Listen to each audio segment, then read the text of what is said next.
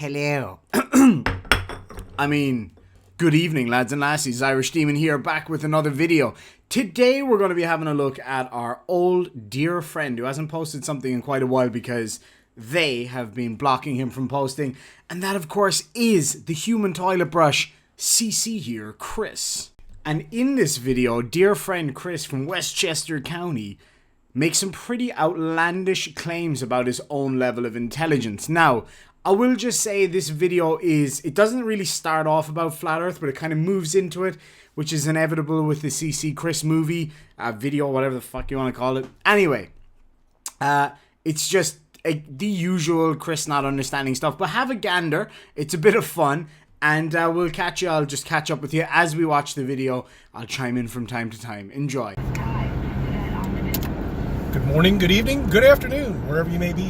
CC here, Chris from New York, Westchester County. This is for you, Chris. Merry Christmas. It's December 23rd, 2020. Thank God we're almost coming to an end of 2020, but I'll tell you, it really has been an adventurous year, I would say, and I think for all of us. We've seen the ups, the downs, the happiness, and the sorrow, and the deaths. Unbelievable, guys. You know, I was talking to a doctor the other day, and I asked him straight out, what exactly are the real numbers of COVID? He said, oh, we'll never know. We'll never know. They're taking numbers and falsifying them and showing them whatever they want you to see. Okay. Alright, so here's the thing, right? You ask a doctor, what are the real numbers? Now, your average doctor is probably not going to know what the numbers are. Now, when a doctor would say something like, we'll never know, my guess is that we literally will never know because not everybody's being tested. A lot of people are asymptomatic. A lot of people are symptomatic and don't report. A lot of people are symptomatic and just brush it off as being a cold or flu or hay fever or something like that. So I'm guessing they mean, something simple like we just honestly would never know. How many people in the world have chickenpox right now? Nobody fucking knows. Like, literally nobody knows. And it's a simple answer. That answer from one random doctor who we don't know, who, it's fairly obvious what he was trying to say, he or she, and then you turn it into this big covert cabal that's trying to cover everything up. And can you please stop driving and filming? Like, I don't mind somebody putting a camera on and filming while they're driving, because it's just like talking to your partner or your friend or whatever in the car. It's not a big deal, to be quite frank. I've done it. I know Johnny O's done it. This fucking guy's done it. What I have a problem with is when you're driving along, it's like, you see, the Illuminati and all these guys, they're doing the thing, they're doing this and they're doing that. And then I says to them, and he looks directly into the camera for like 500 meters of freeway. And every now and again you see a dunk, dunk. I think that's when he's literally hitting a fucking old lady or something. Anyway, lads and lassies, let's listen on to what this genuine Mensa genius has to say right here. Just like everything else. Just like how the media picks and chooses what they're going to publish, because it's, I don't know what to call it. Corrupt news is probably the best way to say it. Corrupt news. I think that's the easiest way to do it, because that's all it is, and that's why I can't stand it anymore. I can't stand it. I'm telling you, I can't even listen to a minute of it. I really can't without bursting out in madness of the nonsense that people are watching. People watch this shit all the time. You know that? Do you know that they sit in front of their TV watching CNN, MSLSD, if you want to call it that, and all this other shit, and it's God to them. That's what it is. Fucking God. That's where they get all their news from. I mean, they're just so trained. So trained. It disappoints me with the population that I'm driving by right now that are just totally clueless, lost.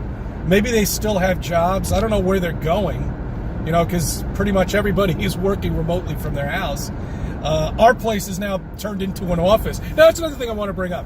Now that we're all working, well, I'm not, but I'm saying the people that had these little cushy office jobs are now at home working. Shouldn't the corporations be responsible now for retrofitting their house? Setting up a nice office for them, or maybe buying a bigger place? How about that?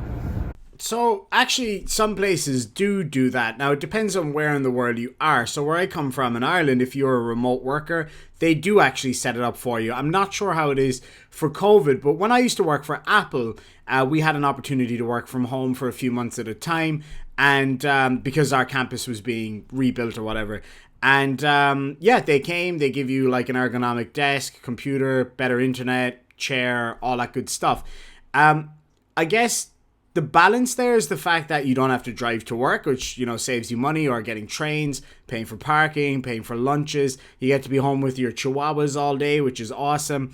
So, you know, it's this kind of like, they should do this and they should do this. Look, if I was in the States right now in the condition that it's in, I would just be happy to have a job, man. And if my company were willing to allow me to work from home and I was being able to continue to be paid and I'm safe and I'm keeping other people safe, yeah, so if I have like slightly slower internet or whatever, who gives a shit? We just pull it together, man. It's not that hard. Because it doesn't look like they're going back to the office anytime soon. And if they do, it's just to get the rest of their shit out of the office. Oh, it's so upside down. It's unbelievable. They've taken everything away from you and you don't even see it. I mean, one by one. You know, I think, I can't pinpoint it, but when I was a smoker, all right, and they took all the rights away for smokers. You know, going back, I guess we're talking circa 1990, somewhere around there. And slowly but surely they started taking other things away. You know, they like chipped away at the block, you know? Oh, no, you can't have fun doing this, can't have fun doing that. Oh, wait, he's smiling, take that away. All right, so talking about taking away rights from smokers, nobody's taking away your right. What they've done, and I assume you mean stopping people from smoking in restaurants, bars, airports, buses, etc. What they've done there is protected other people's rights. The right not to have to inhale your cigarette smoke. Now, that being said, there is a level of hypocrisy there because of, you know, you can argue, you know, car tailpipes, etc., etc. But if I'm sat down having a pizza or whatever, I don't want to be smelling your Winnie Blues smoking across the room. Nobody does, not to mention the obvious health effects. Look, I smoke from time to time. I've got a pouch of tobacco right here. I don't smoke often. I vape most of the time, like your good self. But when I do smoke, I don't smoke in the house because Mrs. Demon hates the smell.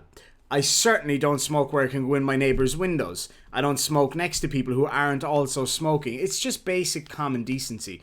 They haven't taken away your rights. If they told you cannot smoke, that would be taking away your rights. For example, in my opinion, like the legalization of cannabis or when they banned alcohol, things like that, that I think would be taking away your rights.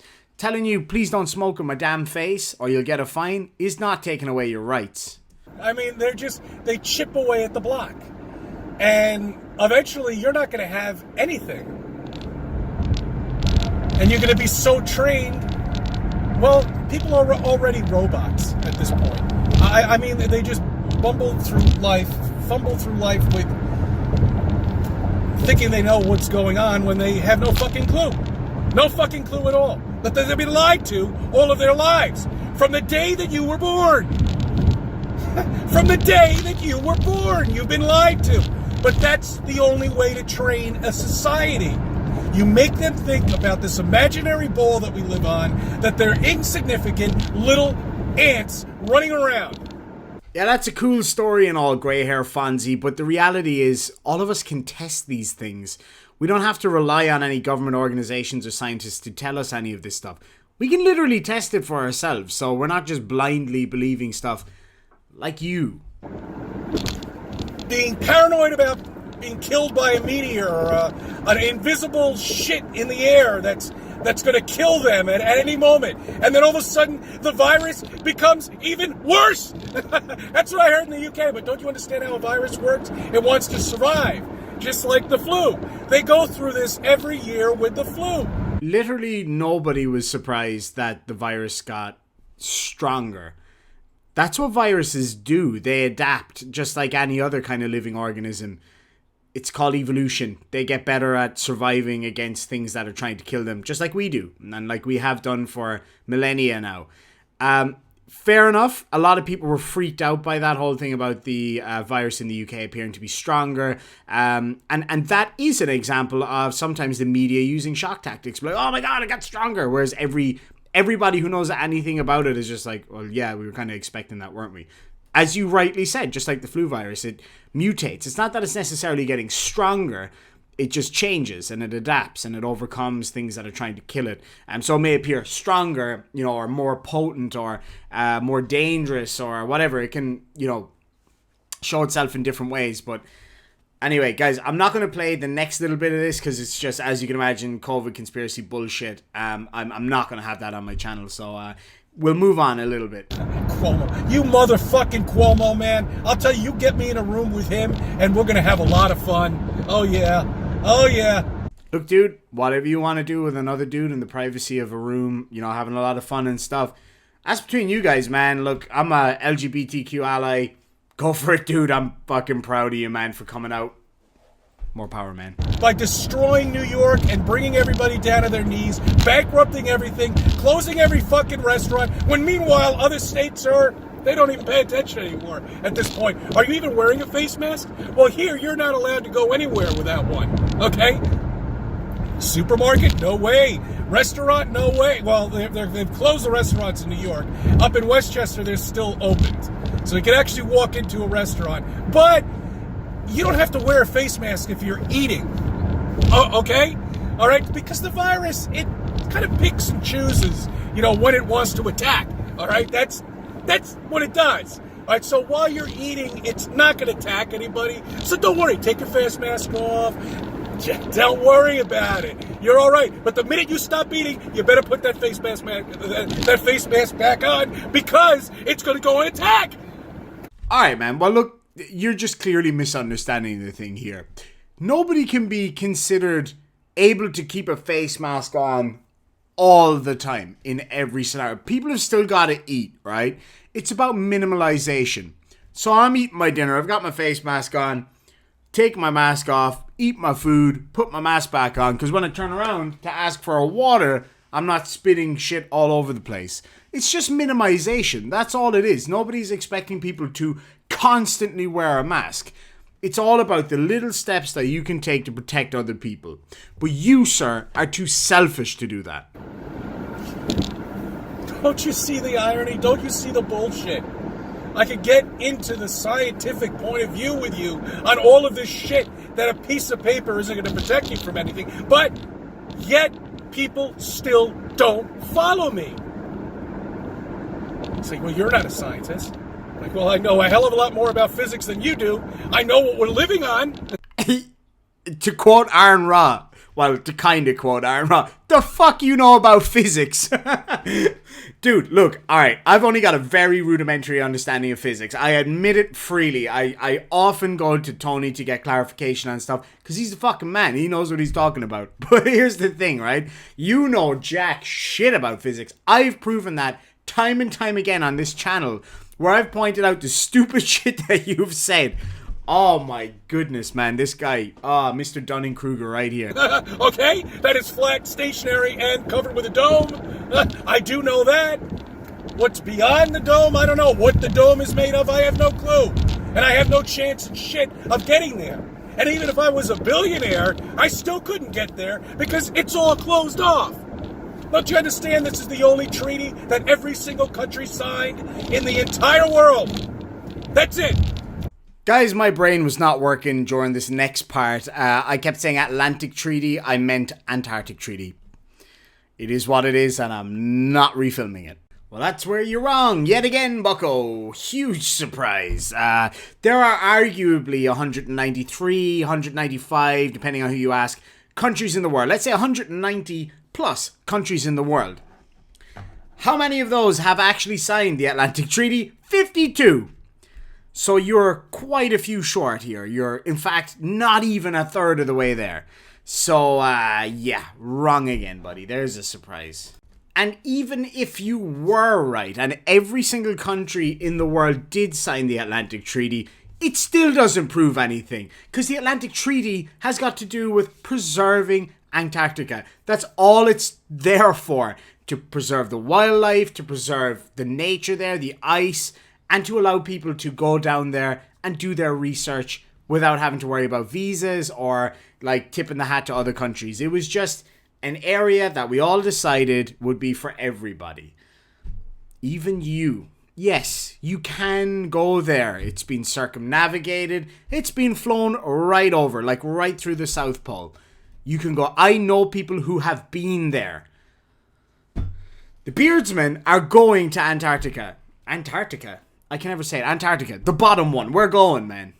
People think we're going to go to nuclear war, or we're going to go into war with China. No, we're not going nothing. Because there's that one thing that we all agree on. We're not allowed down to Antarctica. Never are you allowed down there. First page of a Google search, and I found like 30 different companies in my city that can organize trips to Antarctica. So I am allowed to go there then? Are you wrong? No, it cannot be. I'm all over the place. I mean, look, okay, I'm going to continue doing videos, of course. It's just, I've been putting videos up, and YouTube has been taking them down and giving me strikes. Okay, and I know it's been happening to everybody, all right? And it really doesn't make a difference, because there's a new platform coming out that I'm going to be part of.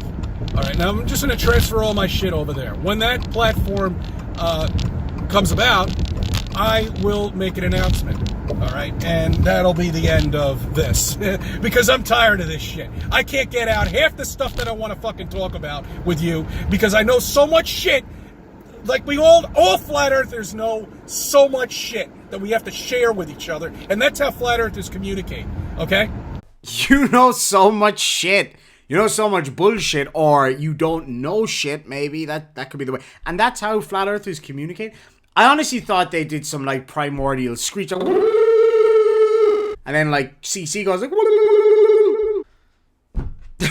I'm sorry, I don't know what that was. I'm really fucking tired, and I've got heat stroke. It's so hot here.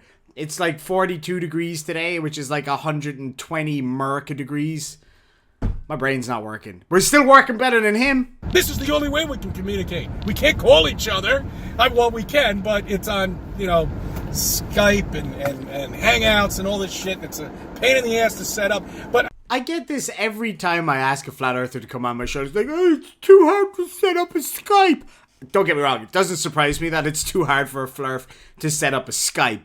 It takes 10 seconds.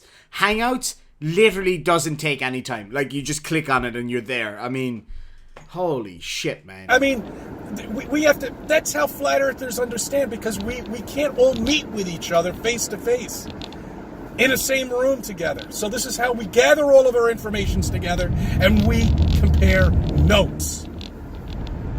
Did you find out about this? Oh, did you find out about the mud flood? No. Yes, I did. I've been looking that up too. Yeah, so that's how we communicate together. I found something else out about the sun. It could possibly be a plasma too. I found something else out about the moon. I mean, this is why they don't want us together. Don't you understand that we're the only smart fucking people in this freaking world? That you are the smartest person in this fucking world. I mean, really, like, it's one thing to kind of be like, the earth is flat, woo, but to actually be like, we are the smartest people in the world. So you versus the whole rest of the world. You who doesn't understand anything. Like, you don't even know how Skype works. Like, oh my god, but you're the smartest people in the world? Please. Oh my god, man. Oh my gods. And that's it, bottom line. I'm sorry. These are all drones that are running around here. They don't know shit.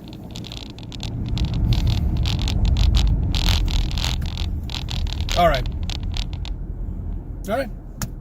I thank you for subbing. I thank you for viewing my videos and let me be a part of your life. And thank you for giving us this delicious, juicy content about once a month.